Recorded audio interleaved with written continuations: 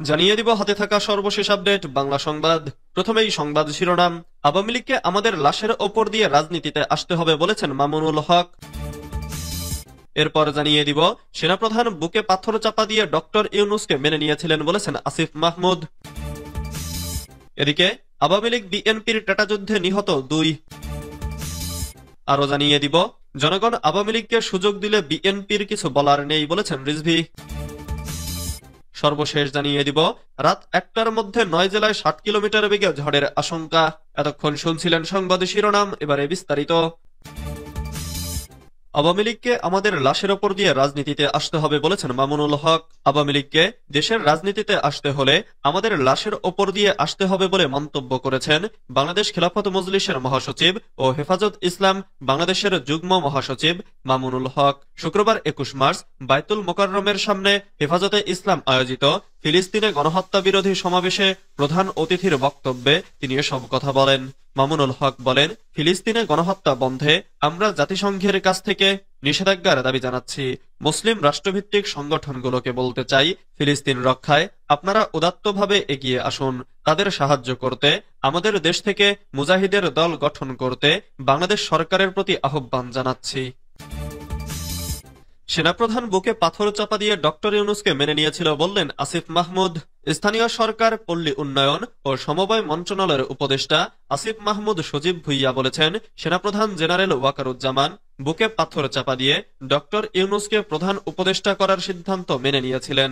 জাতীয় নাগরিক পার্টির দক্ষিণাঞ্চলের মুখ্য সংগঠক হাসনাত আব্দুল্লাহর বৃহস্পতিবার রাতের একটি ফেসবুক পোস্টকে ঘিরে রাজনৈতিক অঙ্গনে চলছে নানা আলোচনা। এর মধ্যেই শুক্রবার দুপুরে হাসনাত আব্দুল্লাহর ভেরিফাইড আইডি থেকে আসিফ মাহমুদের একটি ভিডিও পোস্ট করা হয়। ওই ভিডিওতে আসিফ মাহমুদ সেনাপ্রধানকে নিয়ে এমন চাঞ্চল্যকর তথ্য জানান। আসিফ বলেন, সেনাপ্রধান জেনারেল ওয়াকারুজ্জামানের পক্ষ থেকে মূল ভেটোটা ছিল প্রধান উপদেষ্টা ডক্টর ইউনূস। কেন ইউনূসের পরিবর্তে অন্য যে কোনো কেউ আসতে পারে? ইউনূসের নামে মামলা আছে, তিনি একজন কনভিক্টেড পারসন। একজন কনভিক্টেড পারসন কিভাবে একটা দেশের প্রধান উপদেষ্টা হতে পারেন? আসিফ মাহমুদদের সেনাপ্রধান বলেছিলেন, আওয়ামী লীগ একটা লোককে একেবারেই দেখতে পারছে না এবং বাংলাদেশে তো আলটিমেটলি 30 থেকে 40% লোক আওয়ামী লীগকে সাপোর্ট করে। এই 30 থেকে 40% লোকের মতামতের বিরুদ্ধে গিয়ে একটা লোককে প্রধান উপদেষ্টা করা কি উচিত? আসিফ বলেন, সেনাপ্রধান সর্বশেষ আমাদের বলেছিলেন বুকে পাথর চাপা দিয়ে আমি এ সিদ্ধান্তটা মেনে নিয়েছি।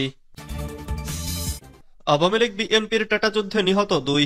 নরসিংদীর রায়পুরায় আধিপত্য বিস্তারকে কেন্দ্র করে আওয়ামী লীগ ও বিএনপি নেতাকর্মীদের মধ্যে টাটাযুদ্ধের ঘটনা ঘটেছে।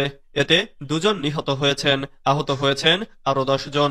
শুক্রবার 21 মার্চ সকালে উপজেলার চাঁদপুর ইউনিয়নের মোহিনীপুর গ্রামে এ ঘটনা ঘটে। অতিরিক্ত পুলিশ সুপার সুজন চন্দ্র সরকার বিষয়টি কালবেলাকে নিশ্চিত করেছেন। নিহতরা হলেন মোহিনীপুর গ্রামের খোরশেদ মিয়ার ছেলে আমিন ও একই গ্রামের বারেক হাজির ছেলে বাশার। তারা দুজনই স্থানীয় আওয়ামী লীগ নেতা সালাম মিয়ার সমর্থক। স্থানীয়রা জানান, আধিপত্য বিস্তারকে কেন্দ্র করে চাঁদপুর 9 নম্বর ওয়ার্ড আওয়ামী লীগের সভাপতি আব্দুর সালাম মিয়া ও ইউনিয়ন আওয়ামী লীগের যুগ্ম সাধারণ সম্পাদক সোহাগের সঙ্গে চাঁদপুর ইউনিয়ন বিএনপির সভাপতি শামসু মেম্বরের দ্বন্দ্ব চলছিল। দ্বন্দ্বের জেরে বিএনপি নেতা শামসু মেম্বর ও তার সমর্থকরা এলাকা ছাড়া ছিলেন। 5 আগস্টের পর এলাকায় ফিরে আসেন তারা। এ নিয়ে দুই পক্ষের মধ্যে উত্তেজনা শুরু হয়, এমনকি দুপক্ষই মারামারি ও গোলাগুলির ঘটনায় জড়িয়ে পড়ে। এক পর্যায়ে আওয়ামী লীগ নেতা সালাম মিয়া ও তার সমর্থকদের এলাকা ছাড়া করেন বিএনপি নেতাকর্মীরা। সবশেষ শুক্রবার ভোর 5টার দিকে সালাম মিয়া ও তার সমর্থকরা এলাকায় ফিরতে যান। এতে বাধা দেন শামসু মেম্বার ও তার লোকজন। পরে দুপক্ষই টেটা, বল্লম, দা, ছুরি ও ককটেল নিয়ে সংঘর্ষে জড়িয়ে পড়ে। এতে প্রতিপক্ষের ছোড়া গুলিতে একজন ও ছুরিকাঘাতে আরো একজন ঘটনাস্থলেই নিহত হন। আহত হন বেশ কয়েকজন। জনগণ আওয়ামী লীগকে সুযোগ দিলে বিএনপির কিছু বলার নাই বলেছেন রিজভী। বিচারের পর জনগণ আওয়ামী লীগকে রাজনীতির সুযোগ দিলে বিএনপির কিছু বলার নেই বলে মন্তব্য করেছেন দলটির সিনিয়র যুগ্ম মহাসচিব রুহুল কবির রিজভী। শুক্রবার 21 মার্চ সকালে উত্তরার দক্ষিণখানে ফায়দাবাদ মধ্যপাড়া হাজী শুকুর আলী মাদ্রাসা সংলগ্ন মাঠে দুস্থদের মাঝে ঈদ সামগ্রী বিতরণ অনুষ্ঠানে তিনি এ মন্তব্য করেন। রিজভী বলেন, আওয়ামী লীগের রাজনীতি নিষিদ্ধ নিয়ে কথা হচ্ছে, কিন্তু বিচার নিয়ে কথা হচ্ছে না। দ্রুত বিচার নিশ্চিত করতে হবে। বিচারের পর আওয়ামী লীগকে জনগণের কাছে ক্ষমা চাইতে হবে, আর জনগণ ক্ষমা করলে আমাদের কোনো আপত্তি নেই। জুলাই আন্দোলনে যারা গণহত্যায় জড়িত তাদের বিচার নিশ্চিত করার দাবি জানিয়ে বিএনপির এই জ্যেষ্ঠ নেতা বলেন, আওয়ামী লীগের যারা অপরাধী তাদের বিচার নিশ্চিত হওয়ার পর জনগণ রাজনীতি করার সুযোগ দিলে আমাদের কিছু বলার নেই। রুহুল কবির রিজভী বলেন, আওয়ামী লীগের নেতৃত্বে যে আসবে সে যদি ছাত্র হত্যা, অপরাধ, অর্থ লোপাট ও টাকা পাচার না করে তাহলে সেই আওয়ামী লীগ কেন রাজনীতি করতে পারবে না? তিনি আরো বলেন, আওয়ামী লীগ রাজনীতি করতে পারবে কিনা এমন প্রশ্ন উঠছে, অথচ এই প্রশ্ন উঠছে না যারা গণহত্যা চালিয়েছে তাদের বিচার হবে কিনা, কারা এই কাজ করেছে এটা কি মানুষ দেখেনি? এ সময় বিএনপির এই নেতা আরো বলেন, যারা অপরাধের সাথে জড়িত তাদের বিচার হতেই হবে, আর কোনো ফ্যাসিবাদের উত্থান যেন না হয়, সেজন্য সকলকে সতর্ক থাকার আহ্বানও জানান রিজভী। রাত ১টার মধ্যে ৯ জেলায় ৬০ কিলোমিটার বেগে ঝড়ের আশঙ্কা। দেশের ৯ জেলায় রাত ১টার মধ্যে সর্বোচ্চ ৬০ কিলোমিটার বেগে ঝড়ের আভাস দিয়েছে আবহাওয়া অফিস। একই সঙ্গে বজ্রসহ বৃষ্টিও হতে পারে বলে জানানো হয়েছে।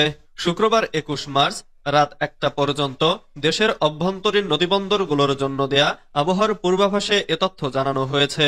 এতে বলা হয়েছে, রাজশাহী, পাবনা, যশোর, কুষ্টিয়া, সাতক্ষীরা, খুলনা, বরিশাল, ময়মনসিংহ এবং সিলেট অঞ্চলের ওপর দিয়ে পশ্চিম অথবা উত্তর পশ্চিম দিক থেকে ঘন্টায় ৪৫ থেকে ৬০ কিলোমিটার বেগে অস্থায়ীভাবে দমকা অথবা ঝোড়ো হাওয়া সহ বৃষ্টি অথবা বজ্রসহ বৃষ্টি হতে পারে। এসব এলাকার নদীবন্দরগুলোকে ১ নম্বর সতর্ক সংকেত দেখাতে বলা হয়েছে। এদিকে সকাল ৯টা থেকে পরবর্তী ৭২ ঘন্টার আবহাওয়ার পূর্বাভাসে বলা হয়েছে, লঘুচাপের বর্ধিতাংশ পশ্চিমবঙ্গ ও তৎসংলগ্ন এলাকা পর্যন্ত বিস্তৃত রয়েছে। মৌসুমের স্বাভাবিক লঘুচাপ দক্ষিণ বঙ্গোপসাগরে অবস্থান করছে। এমন পরিস্থিতিতে রংপুর, রাজশাহী, ঢাকা, ময়মনসিংহ, খুলনা, বরিশাল, চট্টগ্রাম ও সিলেট বিভাগের ২-১ জায়গায় অস্থায়ীভাবে দমকা অথবা ঝোড়ো হাওয়া সহ বিদ্যুৎ চমকানো বা বৃষ্টি কিংবা বজ্রসহ বৃষ্টি হতে পারে। সেই সঙ্গে কোথাও কোথাও বিক্ষিপ্তভাবে শিলাবৃষ্টি হতে পারে। এছাড়া সারা দেশে দিনের তাপমাত্রা ১ থেকে ২ ডিগ্রি সেলসিয়াস কমতে পারে এবং রাতে সামান্য কমার সম্ভাবনা রয়েছে।